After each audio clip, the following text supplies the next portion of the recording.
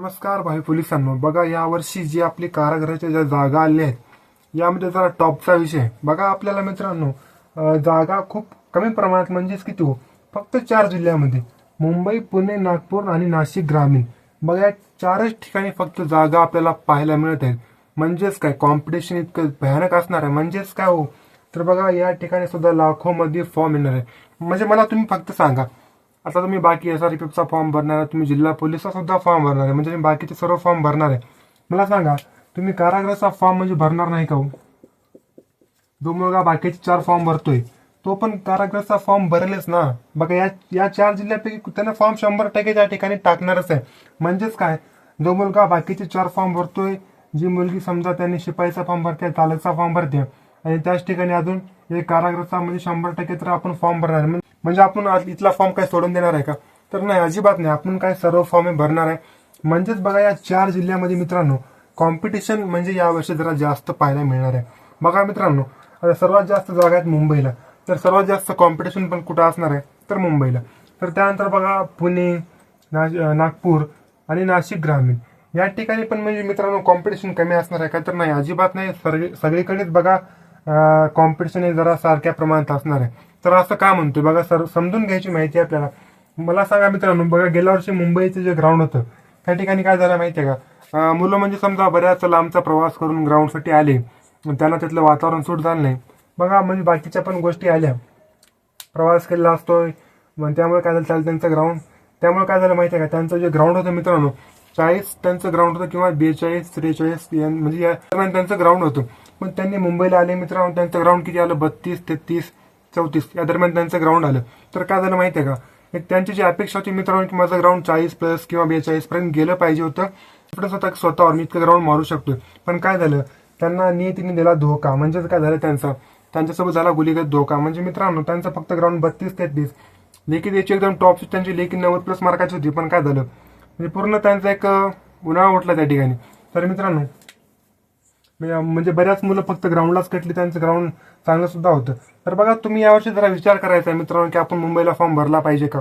जागा 176 आहेत, पण इथं म्हणजे समजा कॉम्पिटिशन तर म्हणजे लाखोच्या संख्येमध्ये अर्ज 100% त्या ठिकाणी येणार आहेत मित्रांनो. त्या पूर्ण गोष्टीचा विचार करायचा आहे. मला तिथला प्रवास सहन होतोय का? मी तितका प्रवास करून ग्राउंड करू शकतोय का? मी समजा पहिलंच माझं ग्राउंड म्हणजे 21 तारखेला आहे, तर मी समजा 20-21 तारखेला जाऊन तिथं राहू शकतोय का? आणि बघा पूर्ण गोष्टीचा विचार करूनच आपल्या ठिकाणी हा फॉर्म भरायचा आहे. तर मला सांगा मित्रांनो, आता आपण फॉर्म कोणत्या बेसवर म्हणजे भरणार आहे? तर बघा सर्वात पहिला आपण काय करणार, मुंबई आपण समजा जो जिल्हा घेतलेला आहे त्या ठिकाणी आपण काय करणार, सर्वात पहिलं आपल्या कास्टच्या जागा पाहणार. आपल्या कास्टला जागा नसेल, विचार सोडून द्यायचा, तिथला विषयच कट करून टाकायचा. तर मी ओपनला 2-3 जागा आहेत, तर ज्याला ओपन मधून फॉर्म भरायचा आहे त्यांनीच त्या ठिकाणचा विचार करावा. आणि समजा ज्याला कास्टमधून फॉर्म भरायचा आहे मित्रांनो, त्यांचा कास्टला जागा नसेल तर इथला जिल्ह्याचा विचार सोडून द्या मित्रांनो तुम्ही. तर बघा सर्वात पहिले काय करणार, आपण कास्टच्या जागेचा विचार करणार की माझ्या कास्टला जागा किती आहेत हे सर्वात पहिले आपण पाहून घेणार. बघा समजा तुमच्या कास्टला जागा चांगल्या असतील व त्याचबरोबर ओपनला जर जागा चांगल्या असतील, ह्या दोन्हीचं मित्रांनो ऍडिशन करायचं आहे. आणि आपल्याला तिथे समजा एक चांगल्या जागेचा म्हणजे आराखडा दिसतोय काय, बाबा तिथे गेल्या वर्षी किती रिझल्ट लागला होता, गेल्या वर्षीचा पेपर कसा आला होता, ह्या पण गोष्टीचा पूर्ण विचार करायचा आहे. आणि तेव्हाच आपल्याला फॉर्म हा भरायचा आहे. म्हणजेच मित्रांनो काय करायचं आपल्याला, फक्त त्यांची बेरीज करायची आहे. 4+ समजा अशा 5 जागा आहेत, माझा समजा 130 पर्यंत माझा स्कोर आहे, माझा 132, 133, 35 या दरम्यान माझा स्कोर आहे. मी तिथे कसा जरी पेपर आला तर तिथे मी चांगले मार्क घेऊ शकतोय. आणि बघा मित्रांनो, तुमचा स्कोर जर चांगला असेल तर मित्रांनो तुम्ही तिथे हा फॉर्म भरा. आणि बघा सर्वात महत्वाचा मुद्दा अजून म्हणजे काय माहितीये का, आता बघा आपण जेव्हा फॉर्म भरतोय ना, तर सर्वात पहिलं आपलं प्राधान्य असते ते म्हणजे जिल्हा पोलीसला मित्रांनो, त्यानंतर चालक SRPF. हो मित्रांनो, आपण ऑप्शन म्हणून काय करतोय, आपण मुंबई समजा एक कारागृहाचा आपण हा फॉर्म भरत असतोय. तर बघा सर्वात पहिलं आपलं जे म्हणजे फोकस असतं ते आपलं जिल्हा पोलीसवर असतं, एक चालक त्याचबरोबर SRPF. तर बघा म्हणजे कारागृहाचं असं का, तर बघा मित्रांनो जागा म्हणजे खूप कमी प्रमाणात जागा आहेत फक्त 4 जिल्ह्यामध्ये. बघा जिल्हा पोलीसच्या जागा म्हणजे प्रत्येक जिल्ह्यामध्ये असतात, एक जिल्ह्यामध्ये जागा नसेल सुद्धा, पण बघा कारागृहाच्या फक्त 4 जिल्ह्यामध्येच. म्हणजे का, जागा कितीतरी असल्या मित्रांनो, पण कॉम्पिटिशन या ठिकाणी म्हणजे भरपूर मोठ्या प्रमाणात यावर्षी होणार आहे. सर्वात महत्वाचा मुद्दा आहे तो म्हणजे मित्रांनो ग्राउंड. आता बघा फॉर्म तर म्हणजे लाखोच्या संख्येमध्ये या ठिकाणी फॉर्म आपल्याला पाहायला मिळणार आहेत, तर त्याचबरोबर आपलं ग्राउंड किती असलं पाहिजे. आता बघा फक्त आपण ओपनचा विचार करू मित्रांनो, आता जे समजा पुरुषाचं ग्राउंड असणार आहे त्यांना किती मार्क इथे घ्यावे लागणार आहेत बघा. त्यांना मित्रांनो जवळपास 39 ते 41 या दरम्यान म्हणजे हा अंदाजित कट ऑफ आहे. समजा 41 ते 43 दरम्यान सुद्धा कट ऑफ ओपनचा लागू शकतोय. कारण बघा जागा खूप कमी आहेत आणि फॉर्म हे खूप मोठ्या प्रमाणात त्या ठिकाणी आलेले आहेत मित्रांनो. त्यासाठी मित्रांनो आपलं जे ग्राउंड असणार आहे ना त्यावर जरा तुम्हाला जास्ती फोकस करावं लागणार आहे. त्याचबरोबर तुमची लेखी परीक्षा त्यावर सुद्धा तुम्हाला फोकस एकदम जबरदस्त प्रकारे फोकस तुम्हाला करावं लागणार आहे. बघा तुमचा आज मित्रांनो ग्राउंड समजा एक 36-38 या दरम्यान तुमचं ग्राउंड आहे मित्रांनो.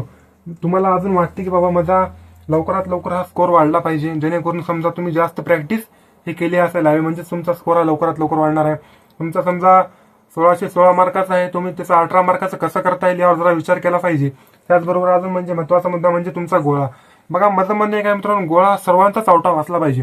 कारण बघा गोळ्याला आपल्याला जास्त काही म्हणजे लोड घ्यायचा नाही. बघा तुम्ही जितकी जास्त प्रॅक्टिस करा आणि सर्वात महत्वाचं गोळा लागते मित्रांनो टेक्निक. आता बऱ्याच जणांचा समजा ताकद असेल तर ताकदीनं पण गोळा जातोय, पण बघा बरेच मुलं असतात म्हणजे त्यांचा टेक्निकने पण गोळा जातोय चांगल्या प्रकारे आणि फक्त आपल्याला झटका द्यायचा असतो.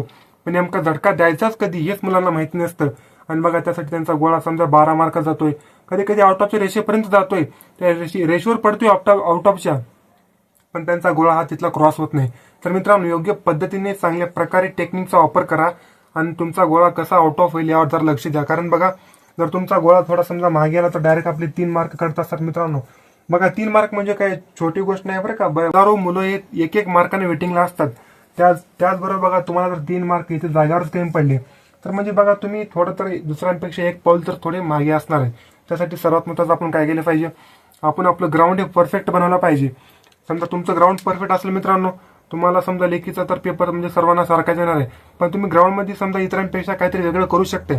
तुम्हाला लेखीला तुम्ही जेवढा अभ्यास केला तुम्हाला तेवढं तर येणारच आहे मित्रांनो. पण बघा ग्राउंडचं कसं आहे माहिती आहे का, एक आपल्या हातामधले आपल्या खिशामधले मार्क आहेत. जितके जास्त आपण रगडणार आहे ना तितके जास्त आपल्याला मार्क मिळणार आहेत. समजा लेखीचा पेपर थोडा टफ आला किंवा सोपा आला ते बाकीच्या गोष्टी राहिल्या, पण आता आपल्या हातामध्ये काय मित्रांनो तर ते म्हणजे ग्राउंड. आपण ग्राउंड चांगल्या प्रकारे करू शकतोय हे स्वतःवर आपला विश्वास पाहिजे आणि त्या पद्धतीने आपण ग्राउंड केलं पाहिजे. बघा मित्रांनो तुम्हाला इथं वाटत असेल जागा म्हणजे 130 जागा आहेत, 130, 118, 176. म्हणजेच मित्रांनो ते मेरिट तुम्हाला म्हणजे भयंकर मोठ्या प्रमाणात हे मेरिट या ठिकाणी पाहायला मिळणार आहे. म्हणजे बघा मला सांगायचं प्रत्येक मुलगा जेवढे महाराष्ट्रामध्ये मुलं फॉर्म भरत आहेत ना ते सर्वजण इकडे पण फॉर्म भरणार आहेत. तुमची ही गोष्ट लक्षामध्ये असली पाहिजे.